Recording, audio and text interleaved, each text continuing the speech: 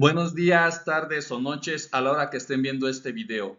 Bienvenidos a Investigación en Electromovilidad y Almacenamiento de Energía, por sus siglas IEAE, un programa vinculado entre el Instituto Mexicano de Ingenieros Químicos, el Instituto Politécnico Nacional, el Clúster de Energía de Chihuahua y México Energía que Mueve.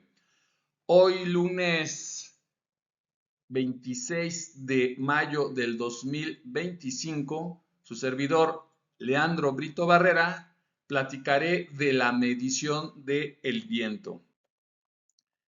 El contenido solo son tres formas de medir las características del viento: temperatura, presión, humedad, pero principalmente la velocidad del viento es por torres meteorológicas, por LIDAR o por globo meteorológico. Obviamente esto es antes de que ya esté nuestro sistema de aerogeneración puesto en el predio, porque una vez puestos los sistemas de aerogeneración, pues ahí mismo en la torre del aerogenerador se pone el sistema para medir los parámetros del viento. Entonces, en videos anteriores hemos platicado de que ya que tenemos bien definido nuestro predio, pues para saber el verdadero potencial que podemos obtener de energía eléctrica en ese terreno, debemos de hacer una buena caracterización del viento en ese terreno. Entonces debemos de poner dispositivos para poder medir esas características del viento. Y las más comunes son las torres meteorológicas, que es el dispositivo estándar para mediciones de viento en los emplazamientos de los parques eólicos. Es actualmente un mástil meteorológico entre 10, 50 y 100 metros. Recuerden que he mencionado que el base, el seguro es medirlo a 10 metros y de ahí hay ecuaciones para extrapolar hacia el eje Y a varias alturas la velocidad del viento. También es interesante el que, de acuerdo a la cantidad de tamaño que tenga el predio, se deben de poner una, dos, tres, cuatro, n cantidad de torres meteorológicas. Y entre el espacio de una y otra también hay que extrapolar las mediciones del viento en las coordenadas XY de mi terreno. Pero entre más se ponga la torre meteorológica a la altura a la que queremos que esté nuestro aerogenerador, van a ser más precisos los resultados. Entonces, si quiero poner una de las nuevas torres que ya son de 300 metros, para poder poner aerogeneradores de 300 que están a la altura de 300 metros, pues será mucho más caro la inversión para tener una medición más precisa. En estas 10, 50 y 100 metros de altura se ponen las torres con anemómetros y veletas. La veleta, recuerden, es para medir la dirección del viento, montados en los diferentes niveles de la torre. Entonces, pues ya puse una torre de 300 metros, puedo poner sistemas de medición, anemómetros a los 300 metros, pero también a los 200, a los 100, a los 50 y a los 10 metros. Luego, las torres de medición conllevan un alto coste de construcción e instalación. Además, para este tipo de obra civil se requiere las correspondientes autorizaciones administrativas. Recuerden que hemos hablado que se requieren permisos municipales, que de cierta forma siempre el municipio nos va a estar apoyando, pero aún así es un gasto más el tramitar un permiso y es tiempo. Sin embargo, pues es lo que se necesita hacer si queremos seguir usando estas torres meteorológicas, donde el costo de instalación de una torre de medición de viento se dispara en el caso de su colocación en el mar. La necesidad de construir una plataforma marina, además de su altísimo costo entre 2 y 4 millones de dólares, la plataforma marina tiene un gran impacto medioambiental por la necesidad de hacer cimentación en el fondo marino. En el caso de tierra, pues con los permisos ambientales municipales y estatales pudiese ser suficiente, pero en el caso del mar, que el impacto ambiental de cualquier cosa que se ponga en el mar es más grande, se requiere un manifiesto de impacto ambiental federal y eso es más complicado de obtener. ¿Por qué? Porque, bueno, como dice un ejemplo de esta plataforma marina, para mediciones de viento podemos mencionar las plataformas Fino 1, Fino 2, Fino 3, construidas en los mares del norte y Báltico entre 2003 y 2007. Si ven, aquí está Fino 2001, vean la parte donde termina esta línea que estoy señalando con el cursor rojo, es el nivel del mar y es la parte, esto es lo que está sobresaliendo en Fino 1, lo que sobresale en Fino 3, que es la más alta, y Fino 2. Pero además Fino 3 está más profundo el mar donde se fue instalado. Aquí vemos lo que es el mar de norte y lo que es el mar, acá el Báltico, donde está Fino 2. Y en Fino 2, pues la profundidad más o menos es media, donde puede quedar cimentado respecto a Fino 3, que la profundidad en el mar del norte es mucho más grande. La base debe ser más grande, con mayor cimentación, más gasto, más permisos, y la torre mucho más alta para poder obtener las velocidades de viento. En el caso que para poder recolectar las plataformas marinas con las torres de emisión se han desarrollado una plataforma marina móvil que pueda ser transportada a este lugar de su colocación y puesta al fondo marino sobre las tres patas telescópicas que levantan la plataforma a unos 10 o 15 metros sobre el nivel del mar, como lo pueden ver en la figura, y pues como muchos de los situaciones que compramos para nuestra casa, pues tienen patitas que se pueden enroscar, las vamos girando y se van aumentando su tamaño al nivel del piso. Lavadoras, refrigeradores, roscamos las patitas y sale más. Igual esto, es una plataforma móvil, tiene tres patas y las patas que se ven las roscas, las giramos y van asentándose hasta el fondo marino. Y ahí ya quedan fijas y arriba tiene la torre, donde hasta arriba de la torre se ponen los instrumentos de medición del viento. Otra vuelta, para medir temperatura, termómetro, barómetro para medir la presión, anemómetro para medir la velocidad del viento, una veleta para medir su dirección y humedad también necesitamos para medir la humedad del viento. Entonces, la plataforma de este tipo puede ser localizada a otro lugar después de finalizar la campaña de medición. Ya acabamos la campaña de medición, tenemos una buena precisión, calculamos el potencial eólico para saber cuánta energía eléctrica vamos a generar y volvemos a roscar, la subimos a una plataforma de embarco y la movemos hacia otro lugar a volverla a medir. El problema es que este tipo de plataforma, que tiene la ventaja de ser relativamente móvil, tiene un alto costo de construcción y también un alto costo de transporte hasta el lugar del nuevo emplazamiento que queremos medir. Hay otras alternativas, como las plataformas que tienen apoyo sobre el fondo marino, se tiene la torre de medición de viento flotante. Esta alternativa de torre de medición de viento flotante, pues es colocar a la torre sobre boyas flotantes y, como se ve en la imagen, pues hay que poner contrapesos para que esta boya sí mantenga de manera vertical la torre de medición. Eh, bueno, y ya han sido fabricadas torres flotantes entre 60 y 90 metros de altura sobre el nivel del mar. La torre de medición flotante de 75 metros de altura sobre la lámina de agua están montadas en una estructura flotante de 44 metros. Entonces, este ejemplo es solo para que vean, bueno, si yo tengo la torre de 75 metros, esto que está anaranjadito, tiene que, a la hora de que esto ya quede de forma vertical, tener un área de 44 metros. Este tipo de torres de medición tienen un alto coste de construcción y un alto coste de remolque y colocación en el lugar de la medición. Además de estas desventajas económicas, la torre flotante puede ser seriamente criticada por la calidad de las mediciones de viento, por ser montada sobre una plataforma flotante que nunca queda perfectamente nivelada.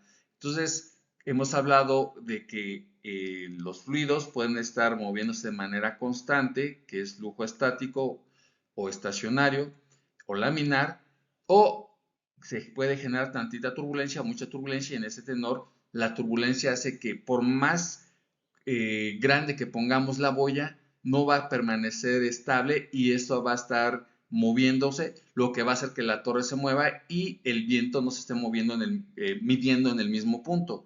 Entonces la velocidad del viento va a estar con error del movimiento de la propia torre.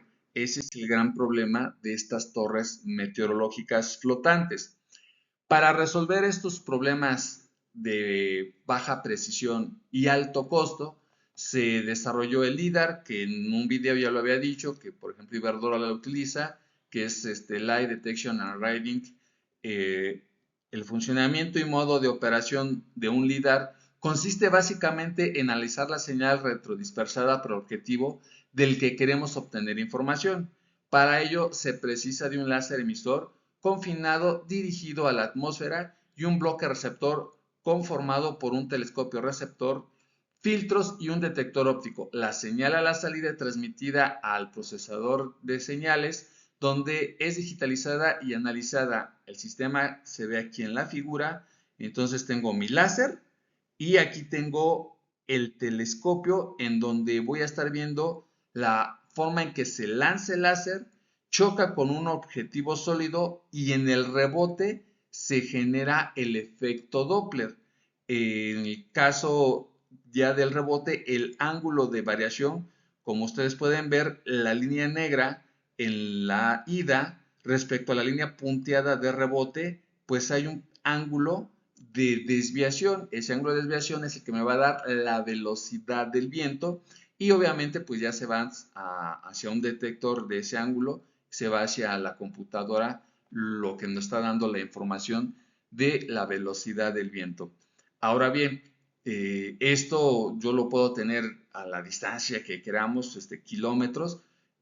No necesito tanto, solamente a cientos de metros, tanto en el eje Z, de abajo hacia arriba, lo disparo hacia arriba, o lo puedo disparar hacia el eje Y o hacia el eje X. En el caso de cualquiera de los tres ejes X, Y o Z, el poner un objetivo sólido, pues no es poner una torre del mismo tamaño donde queremos que esté chocando.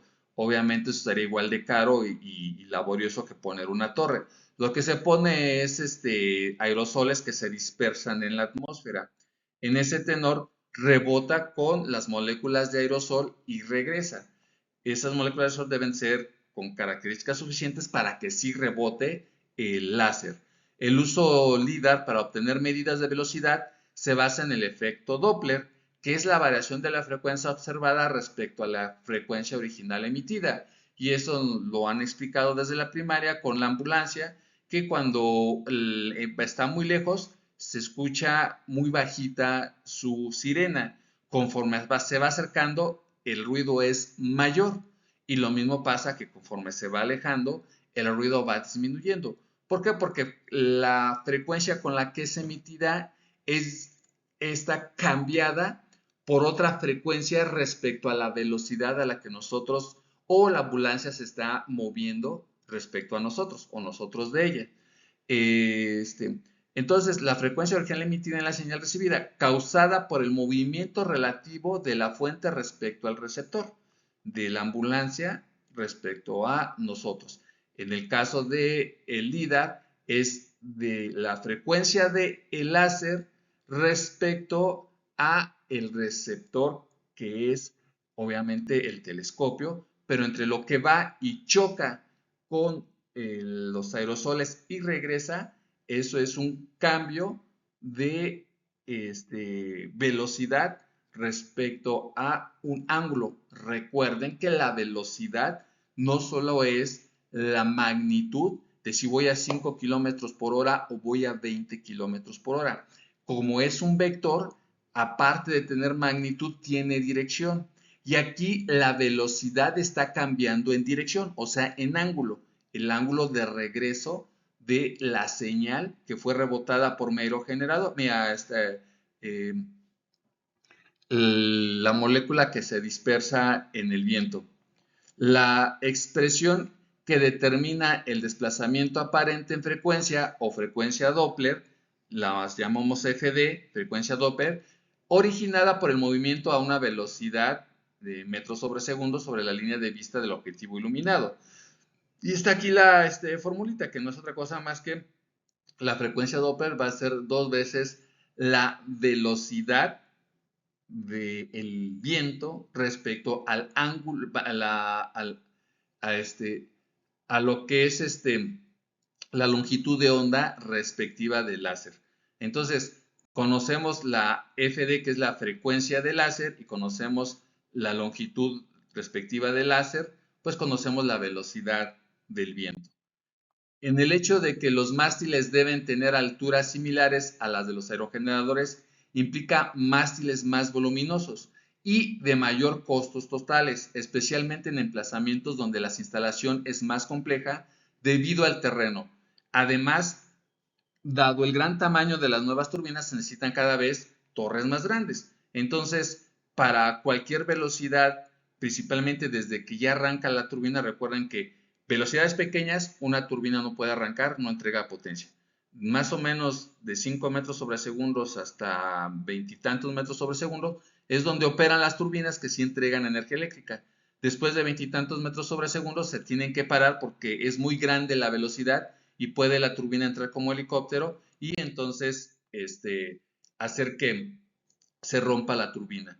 Pues tienen mayor precisión y son más baratos los LIDAR. Y hay dos tipos de LIDAR, uno que es pulsado y otro que es continuo. Entonces, en el caso del pulsado, tiene modos comerciales de ventas hasta varios kilómetros, pero que para medir nuestro emplazamiento para aerogeneradores basta con cientos de metros, por no interesar información a grandes distancias. El control de las señales que se reciben se realiza a través de un circuito temporizador que aísla las señales recibidas para ciertos periodos de tiempo. Este es el modelo pulsado. Entonces, el láser está mandando pulsos, tienen que ser modulados esos pulsos para que vayan a diferentes tiempos y a diferentes distancias.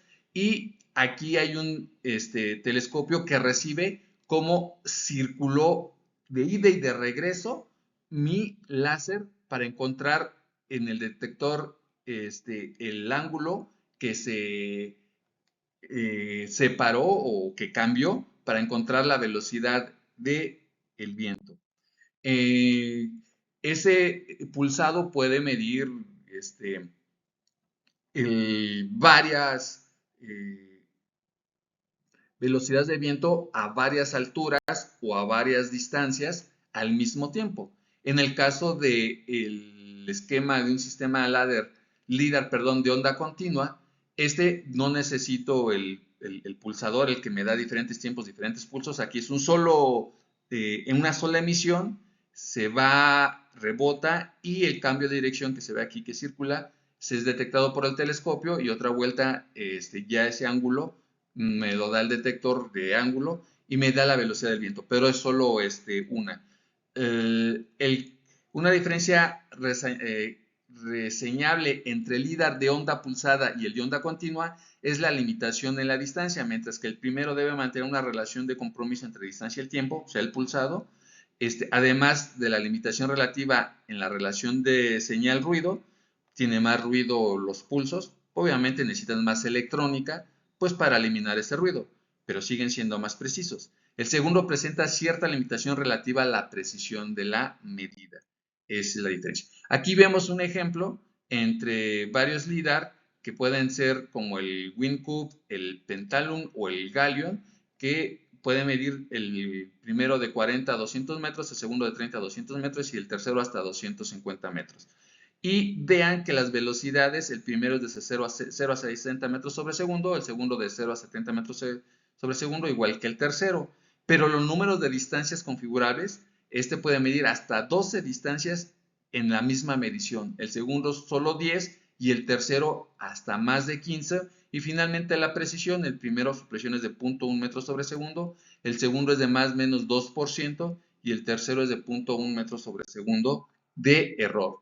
Y algo para hacer todavía mucho más preciso el LIDAR es poner varios, uno está midiendo sobre el eje Z de abajo hacia arriba y el otro sobre el eje X hacia una dirección y el otro sobre el eje Y hacia la dirección perpendicular. Entonces tengo Y, tengo X y tengo Z y me da la comparación de las tres medidas en un punto exacto, bien completa la dirección del viento en las tres direcciones.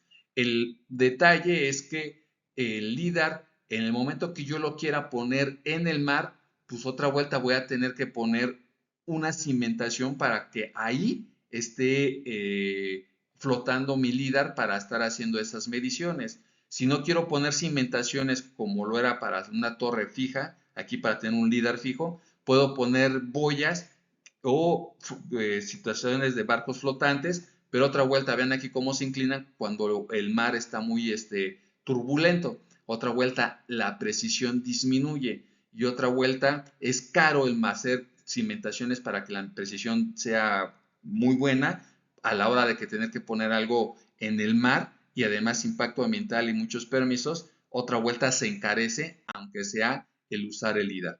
La solución a esto son globos meteorológicos, en donde uno de ellos es el sistema DICORA, Tearder Sonda de Vaisala. Consiste en un aerostato tipo dirigible, un torno eléctrico con el cable hasta 6 módulos Tender Sonde y un módulo Ozone Sonde. Cada módulo Tender Sonde tiene un anemómetro de cazoletas y los sensores de temperatura, presión, humedad, etcétera. Lo vemos aquí, donde aquí abajo está el torno que tiene el cable y del cable se va subiendo a tener fijo el globo meteorológico y podemos poner hasta 6 módulos que estén midiendo a diferentes alturas la presión, la temperatura, la velocidad del viento, la humedad y obviamente una veleta, como se ve aquí, también la veleta me está dando la dirección del viento, aparte del anemómetro que se ve aquí de cazoleta. Entonces, el globo meteorológico, para los estudios de potencial energético del viento, la medición de parámetros tales como velocidad, dirección, temperatura, se pueden medir a las alturas que queramos, 100, 300, y el gran problema es que esto lo debemos de medir los 365 días del año de forma continua. Entonces, poner un láser que esté operando de manera continua ya no hay mucho problema. Hacemos, recuerden que son mediciones de preferencia cada 10 minutos, si en 10 minutos se lanza el pulso y lo medimos. En el caso de las torres, pues cada 10 minutos, a pesar de que es continua la adquisición de datos, pues sacamos un promedio cada 10 minutos. Aquí el detalle es mantener al globo durante todo un día, ya no digamos todo un año. Es difícil porque el viento se mueve y mueve al globo. Entonces, mantener al globo fijo, ese es el gran problema. Entonces, el globo meteorológico tiene que cumplir con estas tres exigencias. La primera, el globo aerostático tiene que resistir en el aire los vientos muy fuertes de hasta 50 metros por segundo que puedan registrarse en la campaña de medición de recursos eólicos. Segundo, el globo aerostático tiene que mantenerse a una altura próxima a la predeterminada para la medición con independencia de los cambios de velocidad de viento. O sea, debe mantenerse en un punto sin que baje cambiando el nivel Z, perdón, cambiando la posición Z, ni que se mueva en el eje X o Y. El tercero, el globo debe que permanecer en el aire sin perder la altura permitida para las mediciones de tiempo máximas posible para reducir los costos de mantenimiento. Entonces, tenemos otra vuelta, algo que se puede poner en tierra o algo que se puede poner en mar. La única diferencia es que en mar, otra vuelta debe ser algo flotante y aquí se mueve el mar y obviamente también se mueve el globo. Entonces, la precisión de estos globos aerostáticos en el mar es mucho menor que cualquier otro sistema de medición. Pero igual aquí se ve el torno, el malacate y aquí en el malacate también podemos aprovechar para poner los cables que nos van a transmitir la información de los sensores de medición, pero el gran problema de estos es que sí son muy económicos, pero debe todavía de estar superando situaciones de movimiento del viento y que mantengan esto más constante. Para ello se están poniendo contrapesos para obligarlo a mantenerse en esa posición más fija. Se ven aquí las imágenes de globo a diferentes alturas, aquí a 10 metros, acá a 100 metros. Y pues de momento es todo. Nos vemos la siguiente semana continuando con el tema de sistemas de aerogeneración. Adiós.